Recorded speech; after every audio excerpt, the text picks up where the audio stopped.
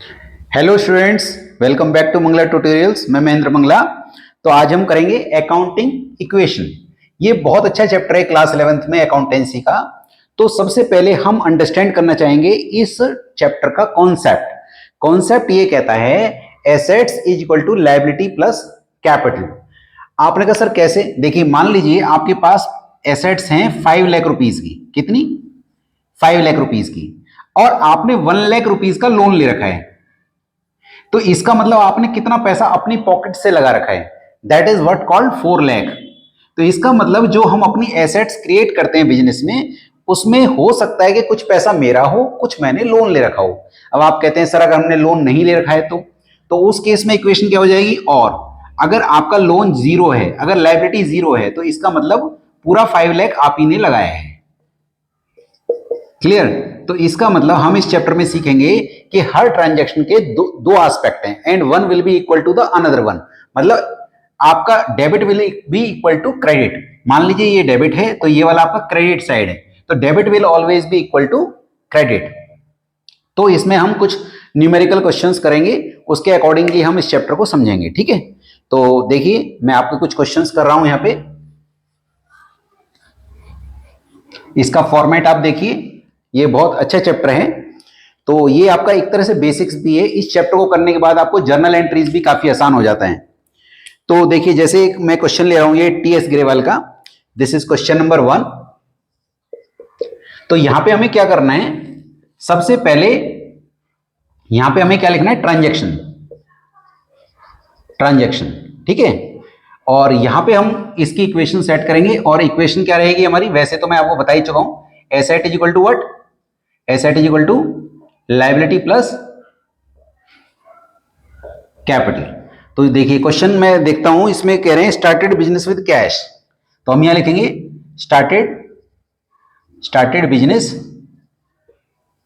With cash, with cash. ठीक है। तो अब आप सोचिए कि अगर बिजनेस कैश से स्टार्ट किया तो आपके पास आया क्या?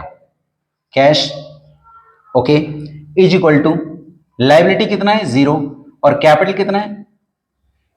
कैपिटल भी उतना ही है। तो हम क्या करेंगे इसमें? यहां पे अभी मैं जीरो नहीं लिख रहा हूं, केवल मैंने आपको लिख दिया कि कैश है। तो हम क्या करेंगे? यहां पे कैश के नीचे लिखेंगे कैश कितना है आपका? 45,000। तो जो कैश आपके पास आया will be equal to what? Is equal to what? Liability zero plus capital कितना है? 45,000। मतलब जो आपका कैश है वही आपकी कैपिटल है। अब हम सेकेंड ट्रांजेक्शन करते हैं। जब दो ट्रांजेक्शन हो जाएंगी उसके बाद हम उनका टोटल करेंगे। हर दो ट्रांजेक्शन के बाद टोटल करेंगे। Open bank account. Open bank account with deposit of ₹4,500। इसका मतलब मैंने बैंक अकाउंट ओपन करा तो मेरा बैंक बढ़ जाएगा। क्या बढ़ जाएगा? बैंक। तो बैंक में मैंने ऐड कर दिया 4,500, बट कैश मेरा 4,500 से कम हो जाएगा, क्योंकि जब मैं अपना बैंक अकाउंट खोलूंगा तो कैश कम हो जाएगा और बैंक इंक्रीज हो जाएगा। But no change in the liability, no change in the capital. Clear? अब हम जैसे दो ट्रांजेक्शन हो गई, हर दो ट्रांजेक्शन के बाद हमको इनको टोटल करना है। क्या करना है हमको? टोटल। और हम बोलेंगे न्यू इक्वेशन। New equation. तो नई इक्वेशन क्या बताइए? इसमें से इसको माइनस करेंगे, कितना आएगा? 40,500 plus 4,500 is equal to 0 plus 45,000। और हर लेवल पे आप देखिएगा ये बराबर है। The total of these two will be equal to this. Next, third is bought goods from Sun and Company for 11,200. Bought goods from Sun and Company for rupees 11,200. अब देखिए यहां पे नाम लिखा हुआ है कि किस पार्टी से हमने खरीदा। तो जब पार्टी का नाम लिखा होता है तो हम अज्यूम करते हैं कि हमने उधार खरीदा है। तो मेरे पास क्या आ गया? स्टॉक। तो क्या लिखेंगे? Plus stock. तो कितने रुपए का स्टॉक आपके पास आया? 11,200 रुपीज का स्टॉक आया। और क्योंकि कैश तो गया नहीं है, क्योंकि हमने नाम लिखा हुआ है, इसका मतलब हमने उधार खरीदा है। तो हम क्या करेंगे? तो आपके पास लायबिलिटी भी बढ़ गई। कितनी? 11,200। बट कैपिटल में कोई चेंज नहीं है, बैंक में कोई चेंज नहीं है, और कैश में भी कोई चेंज नहीं है। अब ये भी दो इक्वेशन हो गई, एक न्यू इक्वेशन और एक और हमने जो नई नई ट्रांजेक्शन है। तो आपको जैसे ही वो दो हो गई, आपको फिर दोबारा से लाइन खींचना है। तो व्हाट इज द, अब हमारे पास इस क्वेश्चन में केवल तीन ही ट्रांजेक्शन्स थी, तो हम फाइनल इक्वेशन बोलेंगे, फाइनल इक्वेशन। तो फाइनल इक्वेशन क्या आ गई देखिए, 40,500 plus this 4,500 plus 11,200 is equal to 11,200 plus 45,000। तो दिस वे हमने इसको सोल्व किया। क्लियर। तो एक क्वेश्चन और लेते हैं हम, बट हमें ये याद रखना है कि कैपिटल में कब चेंज आता है। कैपिटल में केवल तब चेंज आ सकता है जब या तो हमारे पास प्रॉफिट्स हों, कि हमारे पास प्रॉफिट आ गए तो बढ़ेगा, लॉस से कम होगा। और अगर कोई एक्सपेंस है, जैसे हमने रेंट पे करा, तो रेंट पे करने में आपके पास से कैश तो चला गया पर बदले में कुछ आया नहीं, तो उस केस में आपका कैपिटल कम हो जाएगा। तो एक्सपेंसेस से कम होगा, इनकम से ऐड होगा। ठीक है। तो नेक्स्ट क्वेश्चन देखते हैं हम। एक और क्वेश्चन मैं करके दिखा रहा हूं आपको, इसे मैं रेज कर रहा हूं। ठीक है।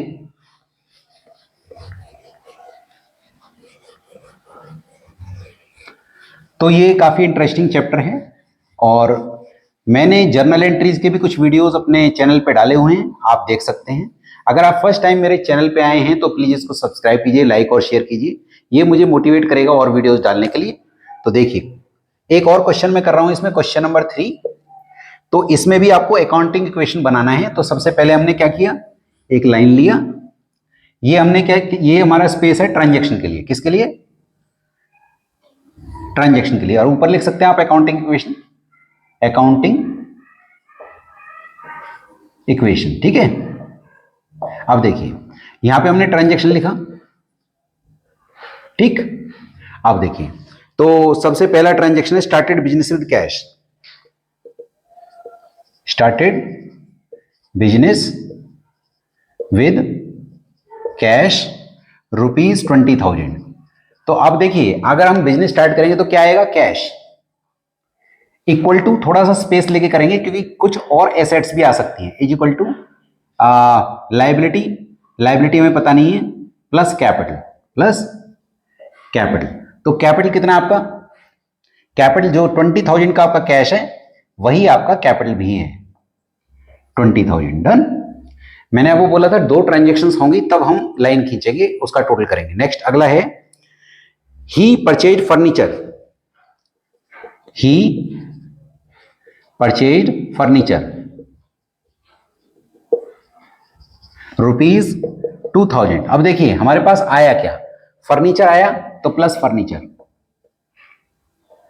प्लस फर्नीचर, और गया क्या, तो प्लस तो 2,000 कर दिया हमने, पर गया क्या, कैश चला गया। आपने कहा सर ये तो नहीं लिखा कि कैश चला गया, तो अज्यूम कर लीजिए, कुछ लिखा नहीं है, किसी का नाम नहीं लिखा हमने किससे खरीदा, तो विल अज्यूम कि हमने कैश पे खरीदा है। तो कैश चला गया, फर्नीचर आ गया, और हमारी कैपिटल पे कोई इंपैक्ट नहीं है। तो अब ये दो ट्रांजेक्शन हो चुकी है, मैंने लाइन खींच दिया है और मैंने यहां लिख दिया है न्यू इक्वेशन, न्यू इक्वेशन। तो नई इक्वेशन क्या आगे बताइए आप, this minus this 18,000 plus 2,000 is equal to, यहां पे हम इसको जीरो लेके चल रहे हैं, प्लस 20,000। डन। नेक्स्ट अगला है, ही पेड रेंट, ही पेड रेंट। अब उसने रेंट पे किया, तो रेंट पे किया 200 रुपीज 200। तो देखिए यहां से कैश कम हो गया, पर आप मुझे बताइए रेंट पे करने से कैश तो चला गया, पर बदले में क्या आया, तो बदले में कुछ आया नहीं है, तो इसलिए हमारा कैपिटल भी लेस हो जाएगा क्योंकि ये एक्सपेंस है, और यहां जीरो इंपैक्ट, यहां जीरो इंपैक्ट। तो नई इक्वेशन क्या आ गई देख लीजिए आप, न्यू इक्वेशन, न्यू इक्वेशन। तो नई इक्वेशन क्या है देखिए आप, that comes 17,800 plus 2,000 is equal to 0 plus 19,800। आप हर स्टेप पे चेकिंग कर सकते हैं, इन दोनों का टोटल इसके बराबर होना चाहिए। Next fourth is he purchase goods on credit, he purchase goods on credit, on credit. आपने उधार गुड्स खरीदा। अब आपको मैंने बताया कि आपके पास आया क्या, स्टॉक। क्या आया बोलिए, स्टॉक। स्टॉक आपके पास आ गया, तो स्टॉक कितना है आपका, ₹3000 है। क्या है, 3000। तो आपके पास स्टॉक आ गया 3000 रुपीज का। बट क्योंकि कैश तो बाहर गया नहीं, आपने तो उधार खरीदा है, तो आपके क्रेडिटर्स बढ़ जाएंगे। क्या बढ़ जाएंगे बोलिए, क्रेडिटर्स। क्रेडिटर्स आपकी लाइबिलिटी होती है जिनसे हमने उधार खरीदा। तो 3000 रुपए के मेरे क्रेडिटर्स बढ़ गए, बट मेरी कैपिटल में कोई चेंज नहीं है, मेरे फर्नीचर में भी कोई चेंज नहीं है, और मेरे कैश में भी कोई चेंज नहीं है। तो अब हम यहां बोलेंगे this is what called new equation. New equation. अब नई इक्वेशन क्या है बताइए, this plus this 17,800 plus 2000 plus 3000 is equal to 3000 plus 19,800। Clear. Next हम देखते हैं, he sold goods. He sold goods. He sold goods costing 2000 for ₹5,000 in cash। अब देखिए, गुड्स था 2000 का और आपने उसको 5000 में बेचा, तो आपका स्टॉक जो कम होगा वो कितने से कम होगा, 2000 से। भाई तो हमारा स्टॉक तो 2000 का था ना, पर हमने बेचा कितने में, 5000 में। तो मेरा कैश कितना बढ़ गया, 5000 से। आपने कहा यहां तो प्रॉफिट भी है, कितना प्रॉफिट है, यहां पे प्रॉफिट आपका है 3000। तो 3000 का प्रॉफिट आपका कैपिटल में ऐड हो जाएगा, और zero change in the furniture and zero change in the creditors. तो अब हमारा क्योंकि लास्ट इक्वेशन था ये, तो अब जो निकलेगा उसको हम क्या बोलेंगे, फाइनल इक्वेशन। क्या बोलेंगे, फाइनल इक्वेशन। क्लियर।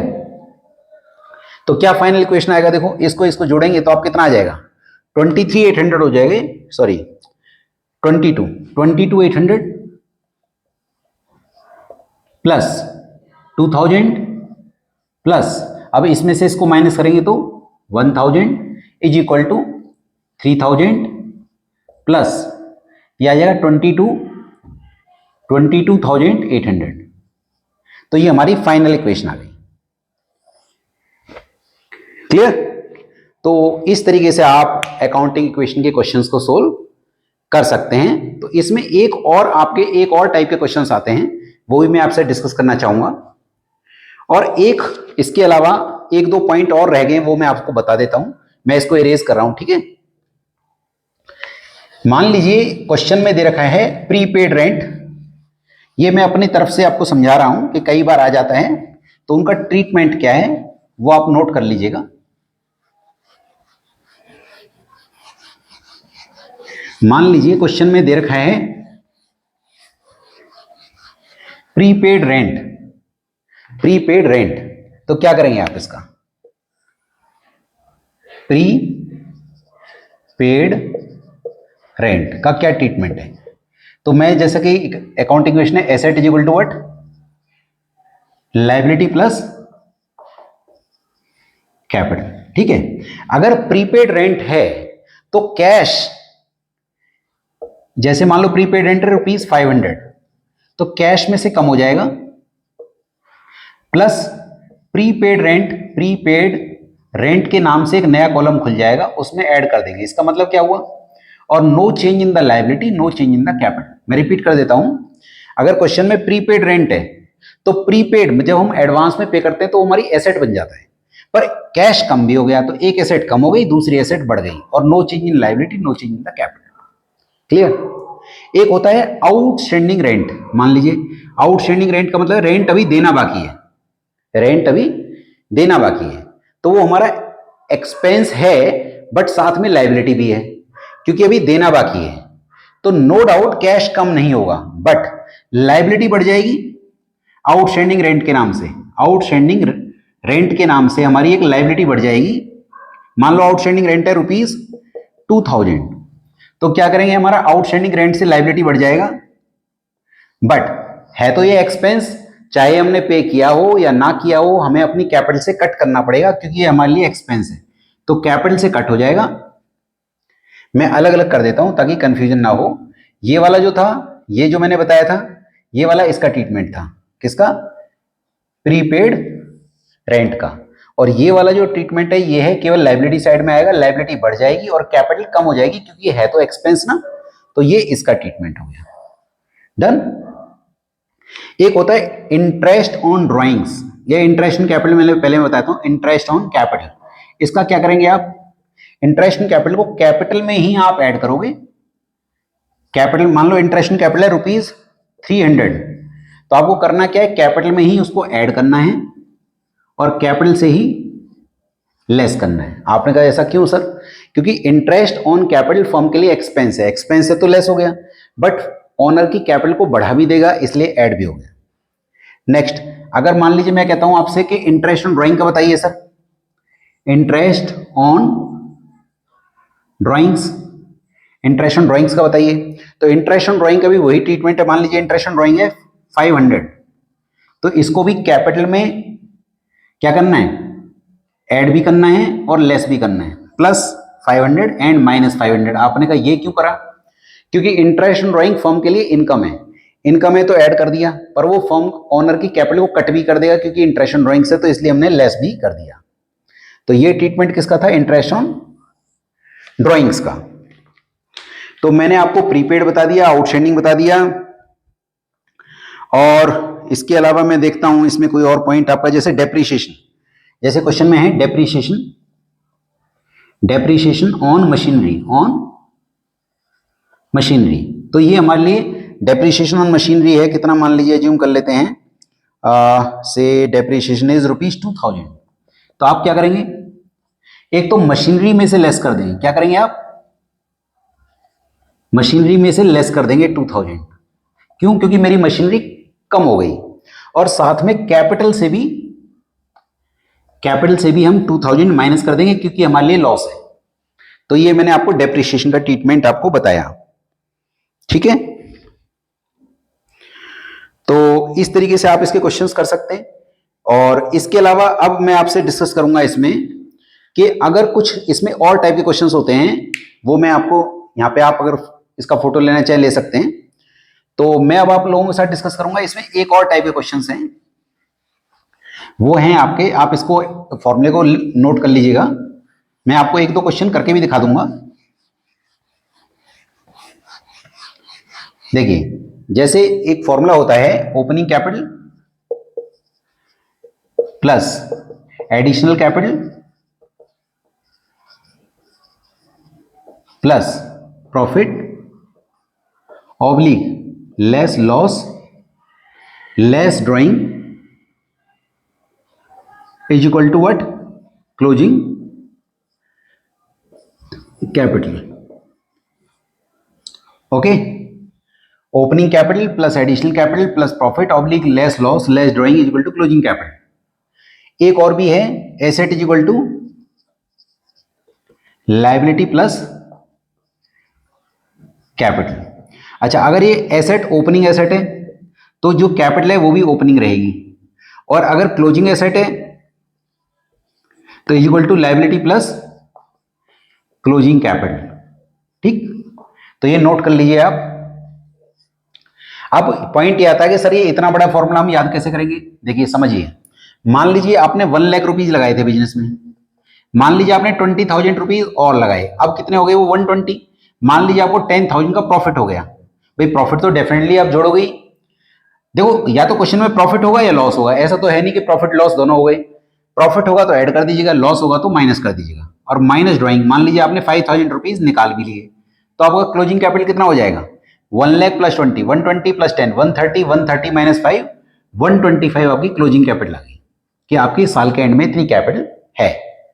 क्लियर। तो मैं एक दो क्वेश्चन आपको इसके बेस पे भी समझा देता हूं, ठीक है। आप इसका फोटो लेना चाहे ले सकते हैं, ठीक है। तो करते हैं। तो ये बहुत अच्छा चैप्टर है, आप इसको प्रिपेयर कीजिए। फिर भी कहीं कोई डाउट आता है कोई पर्टिकुलर क्वेश्चन में किसी पॉइंट पे, तो आप मुझे कमेंट बॉक्स में लिखकर पूछ सकते हैं कि सर इसका क्या ट्रीटमेंट होगा, तो मैं आपको बता दूंगा। तो बढ़िया चैप्टर है, आप इसको जरूर करिए, जर्नल एंट्रीज में भी काफी हेल्प करेगा, ठीक है। तो ये देखिए आप, मैं इसके एक दो क्वेश्चन आपको करके दिखा देता हूं। एक और बात याद रखिएगा, कई बार क्वेश्चन में वो दे देते हैं revenue and expenses, revenue and expenses, profit नहीं दे रखा, तो आपको क्या करना है, प्रॉफिट कैसे निकालोगे आप? प्रॉफिट निकालोगे रेवेन्यू माइनस एक्सपेंस,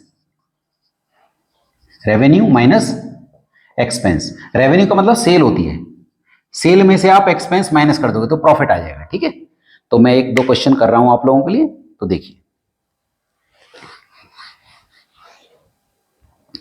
जैसे इसी बुक से मैं क्वेश्चन ले लेता हूं। ठीक है, जैसे आपको क्वेश्चन में दे रखा है, गिवन है, दिस इज क्वेश्चन नंबर 19 है इसमें।